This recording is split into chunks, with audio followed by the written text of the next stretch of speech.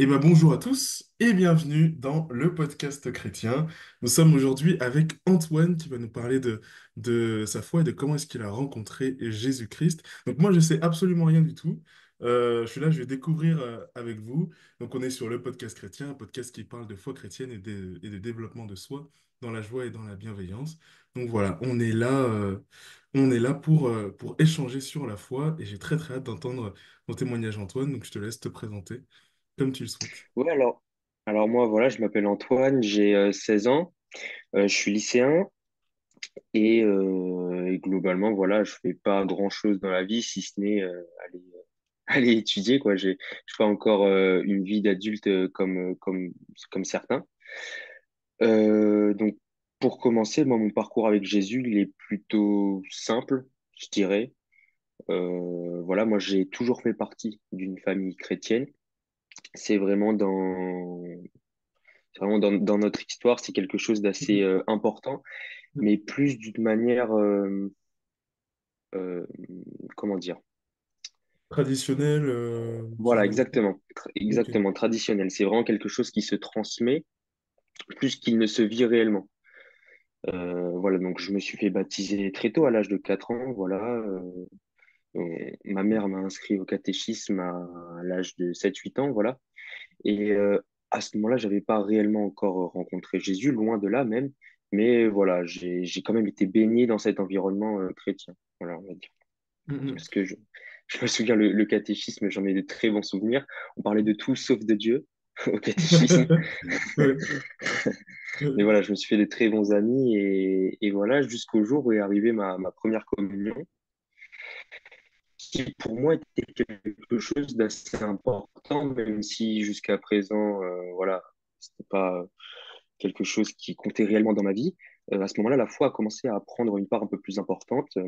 J'ai commencé à prier assez régulièrement. Voilà, c'est...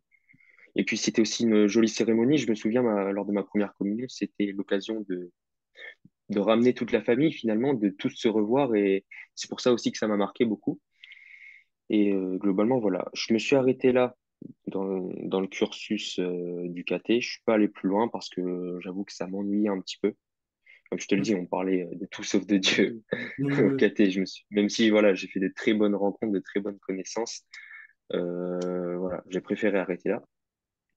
Et puis plus grand chose jusqu'à 1 an et demi à peu près, où voilà, jusqu'à cette période-là, je me contentais souvent le soir de rester une petite prière, paf, je m'endormais, comme on m'avait appris finalement à faire.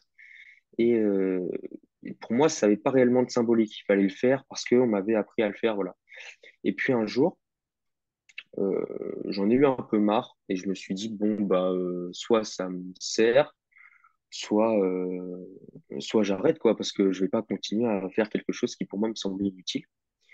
Et puis un beau jour, je me souviens que j'avais des amis chez moi, j'arrivais pas à dormir. Et puis, je sais pas, j'ai eu envie de tout mettre sur papier, toutes mes idées, voilà, tout ce que je ressentais finalement. Et en quelques semaines, bah, ça a un peu changé puisque j'ai commencé à prendre de nouvelles habitudes, un peu comme un premier de l'an finalement, tu sais, quand tu as de nouvelles résolutions. Et puis, surtout au niveau de la prière, je m'attache aussi à ce cadre-là de la foi parce que je me contentais plus simplement de réciter ce qu'on m'avait appris. Cette fois-ci, je m'adressais directement à Dieu. Et là, ça a tout changé. Ça a tout changé pour moi parce que j'avais réellement l'impression de faire face à une forme de connexion finalement, réellement l'impression de toucher quelque chose que jusqu'alors je n'avais jamais expérimenté. Et j'ai continué, j'ai continué. Et puis peu à peu, j'ai eu l'impression, alors est-ce que c'est parce que je faisais plus attention ou que c'était réellement de nouvelles grâces? En tout cas, j'avais l'impression que voilà, Dieu m'accordait de nouvelles grâces dans ma vie et que c'est vraiment quelque chose qui changeait, que je n'avais jamais vu jusqu'alors. Et puis, j'ai commencé à lire de plus en plus la Bible parce que jusqu'alors, j'avais bah, ma petite Bible de la communion bon, je lisais de temps en temps, mais c'est pas réellement quelque chose de sérieux. On touchait pas, voilà, oui, à quelque chose de sérieux finalement. Et je me souviens d'un jour où il y a un homme dans la rue. Alors, il faisait partie d'une assemblée, d'une association, enfin, je sais plus trop, qui distribuait des Bibles aux gens dans la rue. En l'occurrence, moi, c'était un Nouveau Testament. Et j'en ai parlé à ma mère ce jour-là, bien avant, bien sûr, que voilà, je change mes habitudes de vie, que comme je te l'ai dit tout à l'heure, je note tout sur une feuille. C'est à partir de ce moment-là que ça s'est un peu Mm. accéléré. Bref, donc j'en parle à ma mère. Un jour, c'était en rentrant du lycée. Je dis, voilà, maman, un homme là qui m'a donné une Bible. Bon, je sais pas trop quoi en faire. Bon. Et elle m'a dit, bon, ben, t'iras la mettre dans, tu sais, les bibliothèques publiques que tu Oui, as à oui, côté de carrément. certains monuments. Et je l'ai jamais fait, par Ah, fainéantise, sûrement. Et puis, ben, finalement, je me mets à lire cette Bible à peu près tous les soirs, cette petite Bible qui était censée finir d'une bibliothèque publique. Ben voilà, maintenant, elle m'accompagne tous les jours. Et voilà. C'est vrai que j'ai dit qu'à partir du moment où, tu sais, quand j'ai écrit sur cette feuille, là, tout s'est accéléré, quand j'ai mis mes idées sur papier. Mais en fait, plus je prends de recul, plus je vois que ça s'est fait un peu naturellement sur le fil. Et voilà. Et maintenant, j'en suis à un stade où je me considère toujours un peu encore comme apprenti. Voilà, je suis pas du tout confirmé, voilà. Mais j'ai eu quelques expériences, j'ai voilà, expérimenté certaines choses qui renforcent ma foi. Et voilà. Mais déjà, merci pour tout ce partage-là. Je sens qu'il y a eu pas mal de choses. J'aimerais bien revenir point par point sur ton histoire, Oui, bien etc. sûr. Ce que je voulais d'abord dire, c'est, comment dire, avant, déjà, quelle a été ta vie avant, je dirais, cette rencontre avec Dieu? Et puis ensuite, quel a été je vais pas dire ce tournant, tu m'as dit que c'était assez fluide, Ce mais déclic. ouais, voilà le déclic. Alors déjà, Ouais. comment t'étais avant ton rapport à la foi? Donc tu me disais, voilà, on rigolait au caté, etc., etc. Comment à l'intérieur de toi, comment ça se dessinait intérieurement avant que tu ailles dans cette proximité avec Dieu? Ben, avant, c'était, comme je te le dis, une forme de tradition. Dès petit, j'ai toujours cru en cette forme de quelqu'un qui est au-dessus de moi. Quelqu'un voilà, qui est supérieur à moi, c'est quelque chose que j'ai toujours su, que j'ai toujours cru. Voilà, donc je pars pas non plus de rien, Mm. mais voilà. Ouais, ensuite, toute mon enfance, ma mère a essayé quand même de m'inculquer ces valeurs chrétiennes, mais je pense que elle savait pas trop comment faire. C'est d'ailleurs pour ça qu'elle m'a envoyé au catéchisme. Et d'ailleurs, de temps en temps, on allait à l'église, mais pour moi, aller à l'église, ça signifiait pas grand-chose, quoi. Ouais. Je savais pas trop, le prêtre, il lisait des passages de la Bible, ça me disait pas grand-chose. Parfois, on se levait, parfois, on s'asseyait. Enfin, voilà, il n'y avait aucune signification pour moi. Ça m'ennuyait vraiment, hein. Et donc, ça m'a pas dégoûté, mais donc, j'en voyais pas l'intérêt.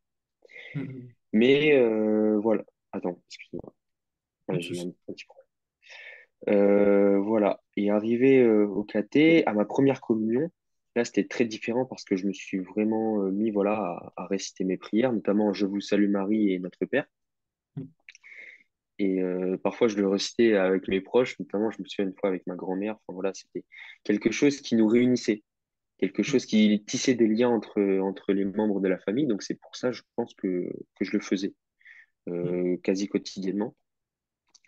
Puis voilà, c'était une semi-foi, un chrétien par image plus que par réellement intention, quoi.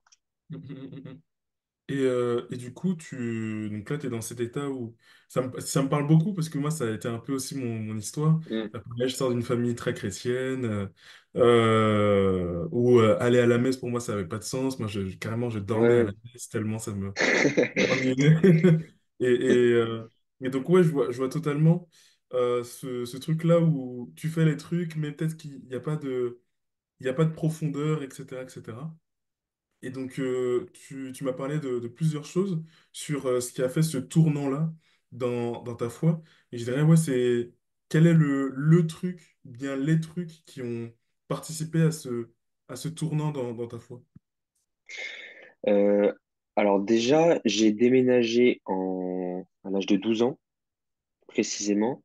Et je veux dire, là, c'est pas... Enfin, je vais te parler d'une chose qui n'est pas réellement spirituelle, mais ça a contribué par la suite à ma relation. Mm, J'ai été téléporté littéralement dans la cour des grands. C'est-à-dire Mm. que je suis passé d'un petit groupe d'amis restreints où on s'amusait entre nous à vraiment quelque chose de plus sérieux, la popularité entre guillemets au lycée. Mm. Et c'est-à-dire que j'ai dû devenir mature très très très très vite parce que voilà, il le fallait, c'était comme ça. Et puis arrive l'âge des réseaux sociaux, évidemment, où voilà, Instagram, TikTok, où les mecs qui te montrent des villas de luxe, machin. Et j'ai commencé à vouloir cette ambition de plus, de faire, d'avoir vraiment des biens matériels et Mm. vraiment à évoluer. Donc c'est déjà de là qu'a commencé ce désir de croissance. En moi, je dirais, mais Dieu n'avait pas encore enfin, la place qu'il a aujourd'hui dans mon cœur. Et j'ai commencé à avoir des ambitions, voilà, faire de grandes études, vouloir beaucoup. Et puis, j'ai eu deux, trois déclics comme ça, où voilà, je m'imaginais un cadre de vie, des petites habitudes, une routine, quoi, que je voulais mettre en place. Et puis, il y avait toujours cette foi de l'autre côté, ma relation avec le Christ, qui était un peu à part. Voilà. Et finalement, en fait, j'avais des projets que finalement j'ai toujours, hein, finalement, certains sont encore là. Mais quand j'ai commencé à m'impliquer dans ma foi, quand j'ai commencé à prier, Dieu m'a donné d'autres projets, bien Mm. plus grands à mon sens. Et c'est pour ça que le verset, d'ailleurs, il est là, Jérémie 29:11, qui est l'un de mes préférés, c'est lorsque Dieu nous dit, j'ai des projets de paix et non de malheur afin de vous donner un avenir et de l'espérance. Mm. Et pour moi, c'est exactement ce qui s'est passé pour moi. J'ai un peu comme une vision finalement, mais voilà. Je nourris actuellement, d'ailleurs, c'est ce pourquoi je me lève tous les jours, un projet où je me sens bien, où Dieu est au centre de l'univers finalement pour moi, où voilà, c'est, c'est mon but ultime un peu, si on veut. Mm. Mm. C'est-à-dire que finalement, il y a eu cette progression personnelle. Et puis, Dieu est intervenu de manière assez progressivement, comme je l'ai dit, mais ça s'est accéléré au bout d'un moment. Et depuis, je lâche plus, quoi. Je veux vraiment continuer dans ce chemin-là.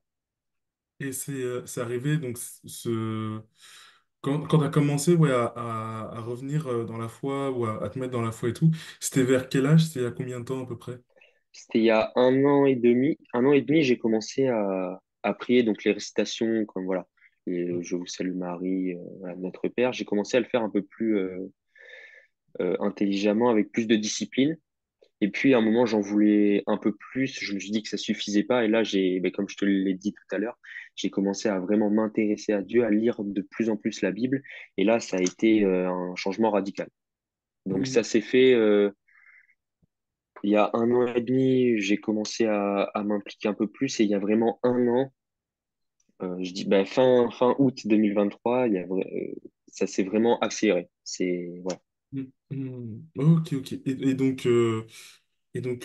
Ouais, c'est ce que tu disais. Il y a plusieurs éléments, en tout cas, dans ce que je perçois, qui font cette accélération.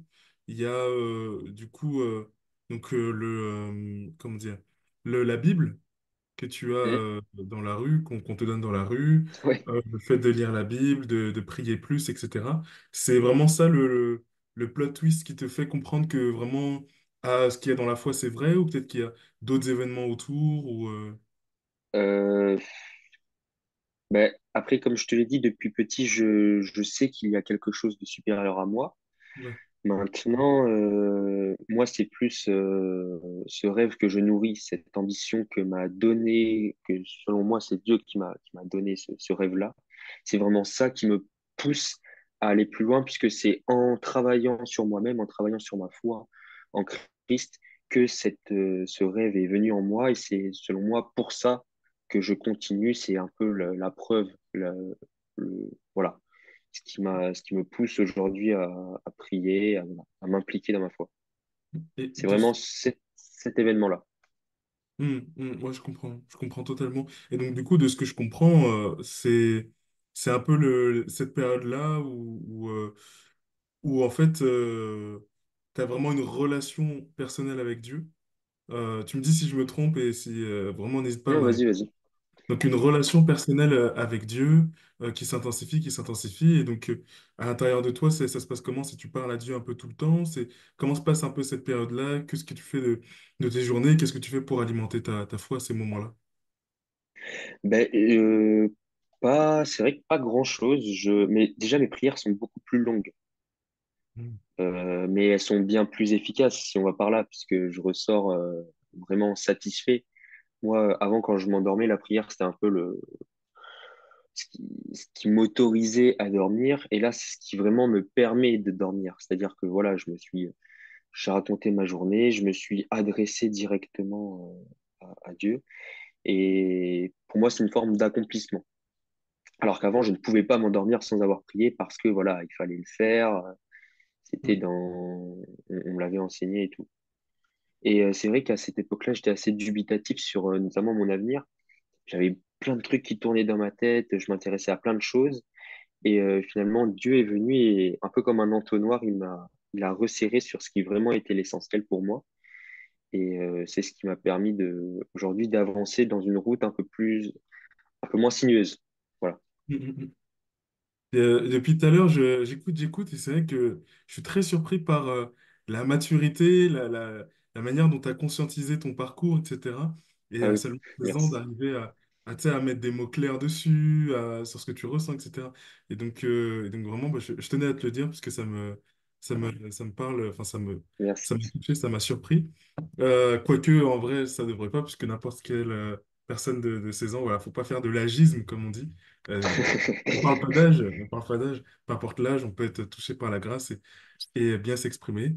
Euh, pour continuer sur ton histoire, comment se passe du coup cette année de août 2023 à août 2024 où tu as une plus grande proximité avec Dieu? Qu'est-ce que tu perçois dans ta foi? Est-ce qu'il y a des évolutions? Comment se passe cette année à peu près?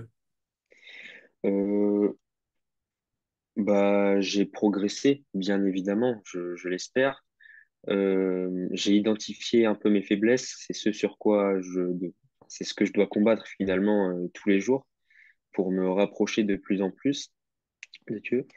Et puis, comme je te l'ai dit, arrivé vers février 2023, si tu veux, dans mon rêve, dans mon ambition ultime, il y a des choses précises. Et j'ai eu, à cette période-là de l'année, enfin non, pardon, février 2024 plutôt, excuse-moi, euh, j'ai eu un peu accès à ça, j'ai pu toucher certaines choses, on va dire éphémères, auxquelles tu as accès quelques fois dans l'année, que moi j'aimerais avoir tous les jours finalement. Et à cette période-là, j'étais un peu à mon paroxysme avec ma relation dans le sens où je me sentais vraiment bien. Il y avait quelque chose de vraiment exceptionnel, un peu bah, comme le Saint-Esprit, je pense. Évidemment, j'ai un raisonnement assez scientifique, donc je suis jamais sûr de rien, mais voilà, j'ai évidemment euh, enfin voilà, bref. Non, mais c'est clair. Et puis, dans tous les cas, c'est un chemin. Ça se construit Ouais, voilà, aussi. c'est ça. Bien sûr, c'est pas Ouais. fait d'un coup, ça c'est évident. Mm. Enfin, voilà. Et depuis, enfin, voilà, je sais vraiment pourquoi je me lève quoi, tous les matins pour retrouver cette sensation-là aussi, que je gâche parfois à cause de mes fautes et que je dois travailler tous les jours. Mais donc cette année, euh, j'ai essayé de faire attention aux moindres détails, ce qui m'a fait regretter pas mal de choses, puisque quand on s'attache à être vraiment précis, on regrette le moindre fait et geste qui va de travers, quoi.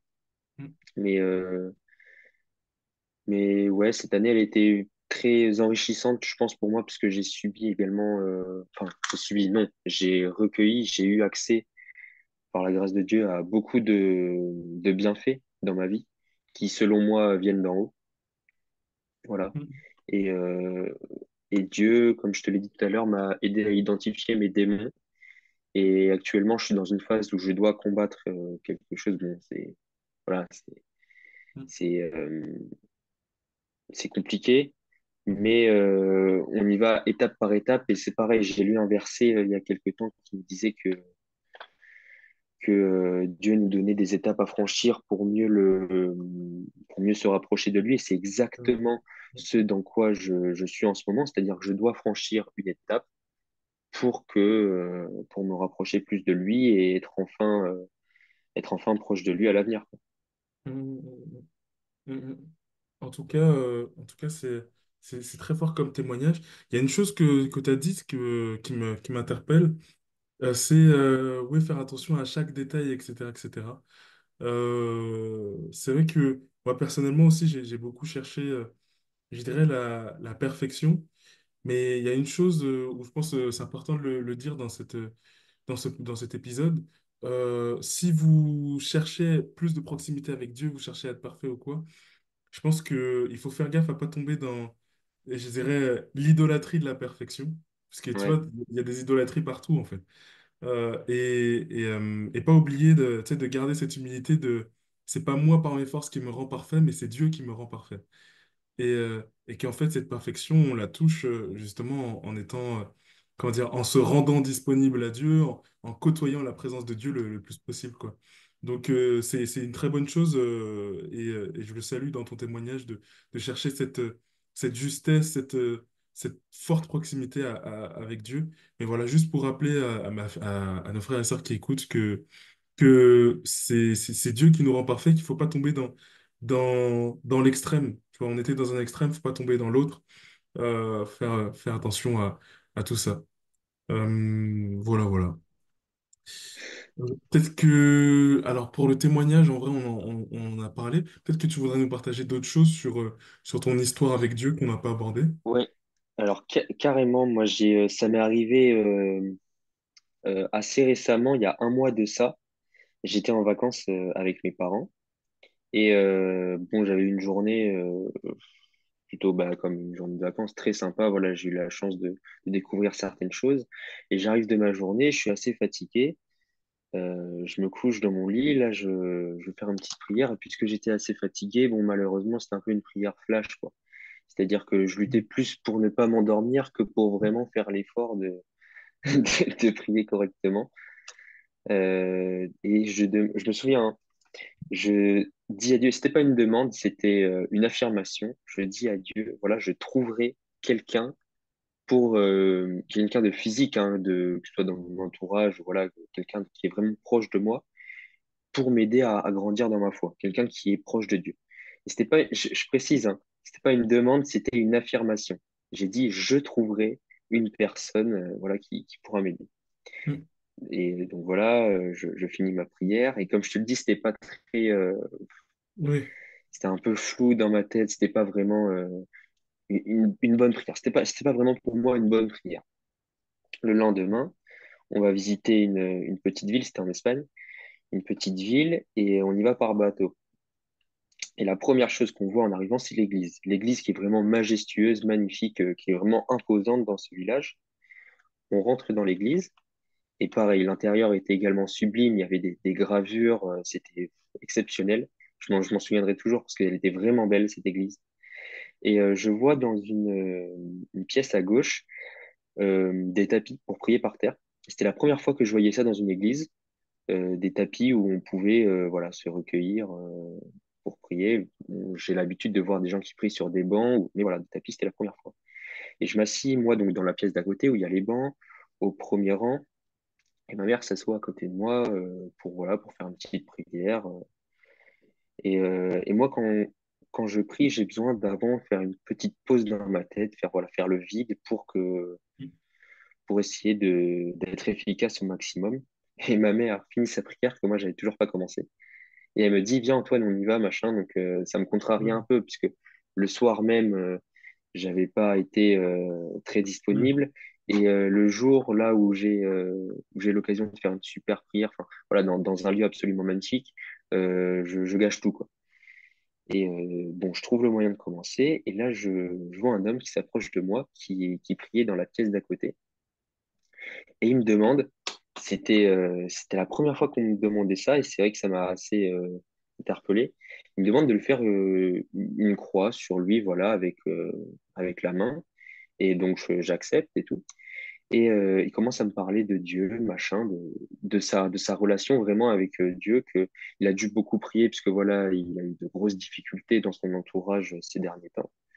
Et, euh, et quand il est là, je ressens vraiment quelque chose d'exceptionnel, quoi. Je sens que vraiment je suis bien.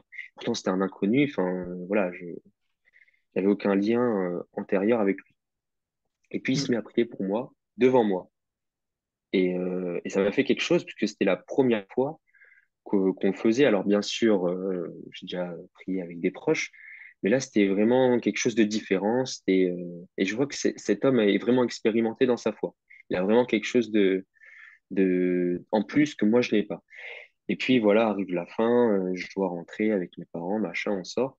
Et puis 5 minutes après, je repense à la discussion et je me dis, mince, hier, j'ai demandé à Dieu, enfin, j'ai pas demandé, j'ai affirmé que je pourrais trouver quelqu'un pour m'aider dans ma foi. Et là, que un croyant, quelqu'un qui vraiment a de l'expérience avec Dieu, vient me rencontrer et prie pour moi, voilà, me partage son expérience, je peux même pas moi-même lui partager la mienne et poser les questions que j'aurais potentiellement pu lui poser, quoi.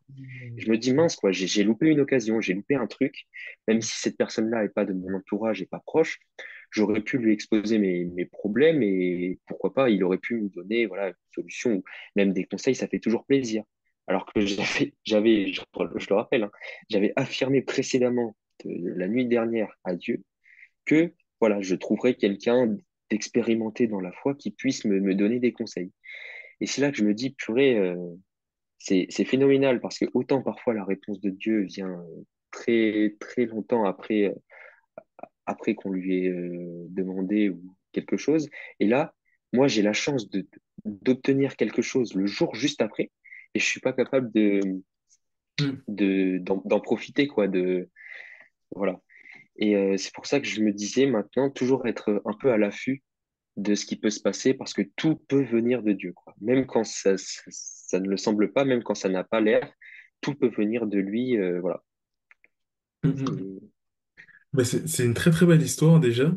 Et effectivement, ouais, c'est vrai, pour rebondir, c'est vrai que en fait, Dieu peut vraiment parler par n'importe qui. Dieu, c'est ça, il peut, comment dire, il nous rejoint pas que dans la prière où il arrive à nous, on le voit face à nous, il nous parle machin, ou bien dans la prière, dans notre cœur, il vient pas que de là. Dieu vient aussi de notre prochain, par qui transite l'amour et tu sais, ouais, on est relié aux autres et Dieu met des gens dans notre vie, etc. c'est Et ça, tu as totalement exactement. raison. T'as totalement raison. Et donc, du coup, finalement, tes questions, tu as pu les poser à quelqu'un ou pas du tout? Euh, Bah, oui et non. Certaines, oui. Mais voilà, je prends mon temps aussi parce qu'il y a des choses que je peux régler moi-même et j'ai pas trop envie de demander l'aide de quelqu'un si moi-même je peux régler le problème, quoi. Mais ça se fait petit à petit. Et puis, voilà, de toute façon, j'ai toujours Dieu dans mon cœur, donc tout ira bien, forcément, Amen. à partir de ce moment-là. Voilà. Mais oui, je sais que c'est un problème enfin, des problèmes. Tout le monde a des problèmes, et moi, je lutte contre un truc en particulier qui va forcément se régler. Forcément, je vais trouver la solution. Donc, je ne crains rien. L'Éternel est avec moi. Voilà. Voilà, Amen, Amen. L'Éternel est mon berger. C'est vrai, c'est vrai. Je voulais faire juste rebondir un petit peu sur un point de ton histoire avant de passer à comment tu vis ta foi aujourd'hui. Même si on a déjà parlé un petit peu. C'est par rapport aux Bibles qu'on nous distribue dans la rue, etc. Ouais, Euh, en soi, c'est une bonne chose. Et je remercie les chrétiens qui distribuent la parole de Dieu, qui rendent accessible la parole de Dieu. Mais malheureusement, il y a d'autres personnes qui distribuent des Bibles, mais qui sont mal intentionnées. Et tu sais, je sais pas si on t'a prévenu là-dessus, mais qui vont distribuer des Bibles falsifiées ou des fausses Bibles, etc., etc. Parce que c'est un texte, comment dire, c'est des Bibles, ouais, comment dire, rattachées à une secte, tu vois, ou ce genre ouais, de ouais, choses. ouais, je vois. Ouais, Ouais, ouais. mais Alors, moi, en vas-y. l'occurrence, moi, c'était uniquement le Nouveau Testament et j'ai pas, voilà, j'ai aussi l'habitude de lire la Bible via Internet. Enfin, dès que je vois un verset, j'ai aussi connu Dieu, enfin, un peu via Internet, quoi, via les influenceurs chrétiens, un peu comme toi. C'est c'est voilà, c'est globalement la même chose. J'ai rien remarqué de particulier. Je sais que voilà, il y avait marqué Nouveau Testament dessus. C'est vrai que j'ai pas trop fait attention, mais voilà. C'est vrai que tu fais bien de me le dire. Mais dans C'est tous les bien cas, de. Ouais.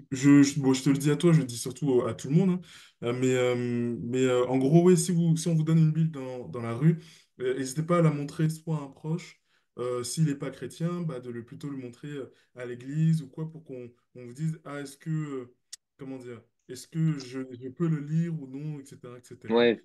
Puis, ouais, en gros, faire gaffe à ça, quoi. Alors Euh, moi, ce que je fais aussi quand c'est des versets qui me touchent réellement, c'est que je vais direct chercher une interprétation sur Internet pour voir si c'est un peu en accord avec la mienne, pour voir si ça me parle aussi de voir un point de vue autre. Et voilà. Dès que c'est quelque chose d'assez important, qui selon moi a vraiment de l'importance, je vais chercher l'information.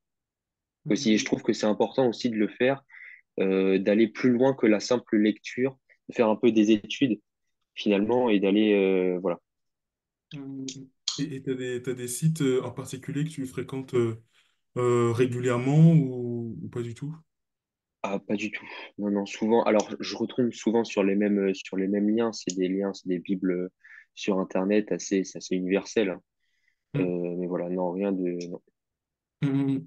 Bah, toujours pour que ce soit pour toi ou pour les autres hein, qui écoutent cet épisode, je vous mettrai des liens juste en dessous de sites un peu certifiés, parce que là aussi sur Internet, on peut trouver beaucoup de choses. Et il faut faire tout ce qu'on lit en gros sur Internet n'est pas forcément bon et pertinent à lire, mais c'est sûr que Internet c'est très riche et il y a beaucoup de bonnes choses aussi qu'on peut y trouver. Je mettrai des liens en description de cet épisode pour tous ceux qui font leur éducation en partie sur Internet. Il y a par exemple pour lire la Bible, il y a aelf.fr. Après, pour les commentaires bibliques, il y a vatican.news. Il y a plein de choses. Il y a Évangélie aussi, que ce soit protestant, catholique ou orthodoxe. Il y a des sources assez cool à découvrir. Je sais pas si tu connais Euh, Prisme aussi. non, pas du tout. Mais voilà, je mettrai tout ça en description. Mais voilà. Peut-être, du coup, pour continuer sur cette deuxième partie, alors il reste 4 minutes au Zoom. Je te renverrai peut-être un lien Ouais, ouais, bien si on n'a sûr. pas le temps.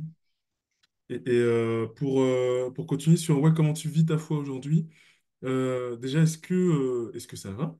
Et puis, ouais, comment tu vis ta foi? Quels sont les défis, mais aussi les joies que tu rencontres aujourd'hui en tant que chrétien? Euh, Bah moi, alors déjà, ça va. Je te remercie. Euh, je prie quotidiennement, voilà, et comme je te le dis, maintenant, je m'adresse directement à Dieu, donc c'est des prières. J'ai vraiment l'impression de ressentir quelque chose, alors je dis pas que juste réciter Je vous salue Marie et Notre Père, c'est mal, hein, loin de là même. Parfois, je le fais. Mais voilà. En ce qui me concerne, ça a été plus efficace de m'adresser directement à Dieu, de lui parler directement comme s'il était en face de moi. Voilà. Comme je te le dis, évidemment, je fais attention à beaucoup de choses. Parfois, je suis obligé de me repentir bah, parce que je fais des fautes comme tout le monde. Et j'essaie aussi de renouer un peu avec l'Église. Parce que, bah, pareil, tu vois, je t'ai raconté l'histoire d'une grâce qui m'est arrivée il y a quelques temps. Et je peux même t'en raconter une autre. Dans ma ville, il y a plusieurs églises, donc dont une qui est très connue, donc, dans laquelle tout le monde va. J'aime pas trop aller là-bas parce qu'il y a souvent du monde, machin. C'est plus public, quoi. Et donc, je préfère aller dans une autre, bien plus petite, bien plus calme, dans laquelle on peut vraiment prier au calme, quoi. Être seul. Moi, je suis souvent seul d'ailleurs quand j'y vais, et je trouve ça un peu mieux pour moi. Et j'y vais un mercredi.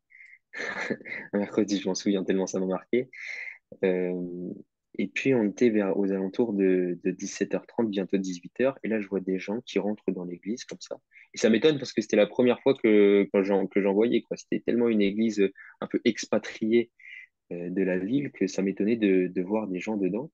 Et puis, en fait, c'était le début d'une messe que je ne connais pas. C'était une messe du soir finalement et je savais même pas. Et, c'était vraiment cool puisque il y avait, enfin, c'était une messe un peu classique hein, comme les autres, mais celle-ci pour moi elle était différente parce que voilà, j'y étais allé un peu malgré moi, sans faire exprès. Et pour moi, c'est un peu un message de Dieu qui veut me dire, voilà, renoue un peu avec tes frères chrétiens finalement.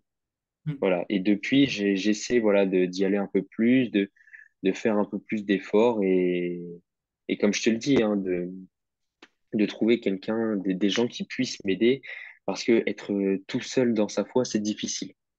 C'est difficile et être à plusieurs, ça peut aider. On peut avoir accès à plusieurs points de vue. C'est bien plus enrichissant selon moi que d'être solitaire. Mm. C'est vrai, peut-être ouais, c'est vrai, sur ce point d'être seul dans sa foi, tu as complètement raison. Le fait d'être soutenu par les autres membres du corps du Christ, c'est hyper important. Et je trouve, en tout cas, c'est dans mon témoignage, c'est ce qui, à terme, m'a permis de trouver l'équilibre dans ma foi, parce que peut-être tu as ta foi parfois qui fait comme ça, avec Ah entre oui, les doses, les péchés, ça va en haut, ça redescend, etc. Et ça justement, c'est certain. ce qui t'aide à trouver tu sais, le vol, comment dire, je sais pas comment expliquer. Le En juste fait, ouais, milieu. voilà, le juste milieu, le vol stationnaire, tu sais, quand t'es, enfin bref, d'être vraiment apaisé et d'être moins haut en bas, même si il y a quand même des hauts et des bas. C'est justement le fait d'être ensemble, de ne pas rester seul et de pouvoir poser ces questions comme tu dis, mais d'être soutenu aussi sur des choses qu'on traverse personnellement. Et tu disais, on n'est pas chrétien tout seul, un chrétien seul est en danger. Mais oui, on n'est pas chrétien tout seul, et comme le dit 1 Corinthiens chapitre 12, du fait que quand un membre souffre, tout le corps souffre, etc.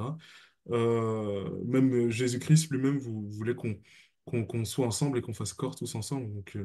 Donc t'as complètement raison sur ce que tu dis. Et j'espère que tu pourras trouver un bel endroit, une belle communauté chrétienne où tu auras ta place, où tu te sentiras à l'aise, etc., etc. Merci beaucoup. Pour te poser la question, oui, s'il y avait d'autres pans dans ta vie aujourd'hui en tant que chrétien que tu voulais nous partager de manière générale. Alors moi, en ce qui me concerne, j'y vais vraiment étape par étape. Moi, je te le dis, je pense selon moi, il y a des phases à passer et je me préoccupe pas trop de l'avenir. Donc, en ce moment, je suis vraiment en train de lutter contre un péché et je pense qu'à partir de là, je vais envisager la suite. Je pense que pendant ce temps, là, je suis dans un moment où je sais pas à me concentrer sur autre chose dans ma vie spirituelle avec Dieu. Enfin, c'est comme ça que je le vois. Je préfère faire une seule chose à la fois et on verra la suite. Voilà. Ouais, chaque chose en son temps. Après, tout en sachant que moi, il y a quelque chose qui m'a beaucoup, comment dire, que j'ai redécouvert dans la foi, un passage de la Bible, et qui m'a rappelé beaucoup de choses, et je pense que c'est important de se le rappeler en tant que chrétien, de manière générale. Tu me diras ce que tu en penses, hein. Mais je pense que au-delà du fait du péché, de la faute, etc., c'est qu'on peut vouloir régler certaines choses ou tu sais, se dire, ah ben non, là j'ai fait ça, si je veux avoir une vraie relation avec Dieu, je peux pas faire ça, il faut que j'arrête, etc., etc. Je trouve il y a quelque chose de l'ordre de l'humilité quand on se dit, au lieu de juste se concentrer sur le mal que je fais mais que je n'aime pas, se concentrer sur le bien auquel Dieu m'appelle. Et je trouve que ouais, c'est une très bonne manière de dire, et j'ai d'ailleurs Dieu nous l'appelle à pas se concentrer sur le péché, sur arrêter de pécher, parce que c'est pas ça qui va faire de nous des bons chrétiens, mais Ouais, malgré le péché, tu sais, faire les bonnes choses. Et justement, personnellement, dans mon histoire, c'est que c'est quand j'ai avancé en faisant les bonnes choses, que en fait les fautes petit à petit se sont arrêtées puisqu'en fait tu n'as plus de temps pour fauter. Tu es dans ce ouais, que tu demandes de faire, tu es dans l'action et tout, etc.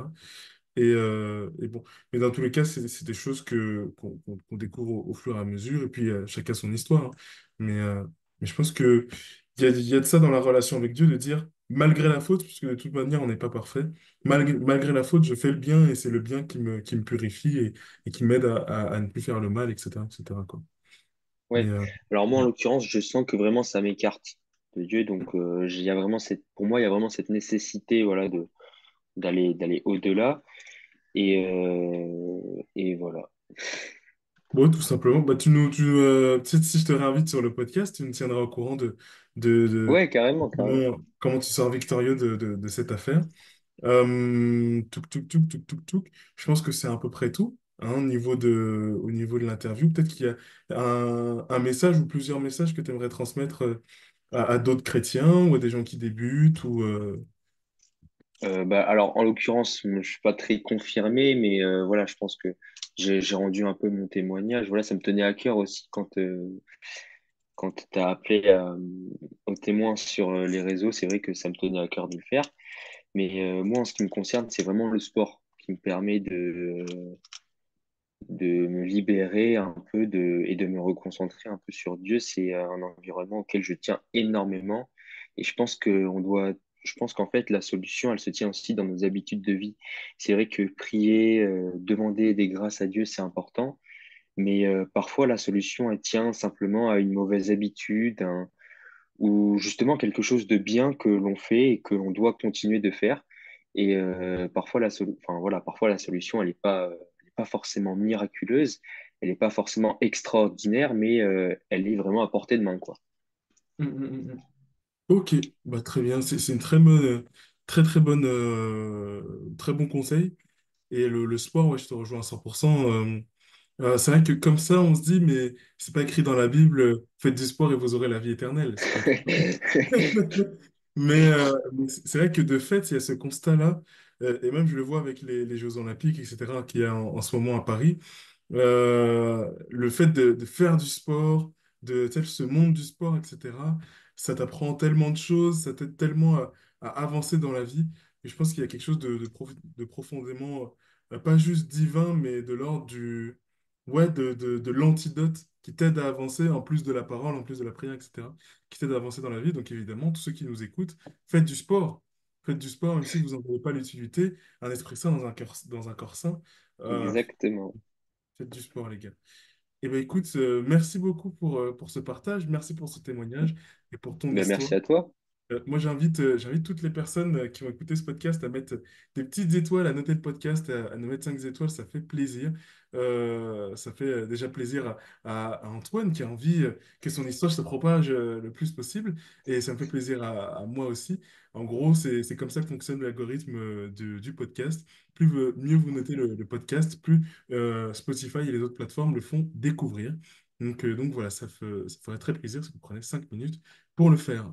Merci à tous et soyez abondamment bénis dans le nom de Jésus. Amen. Amen.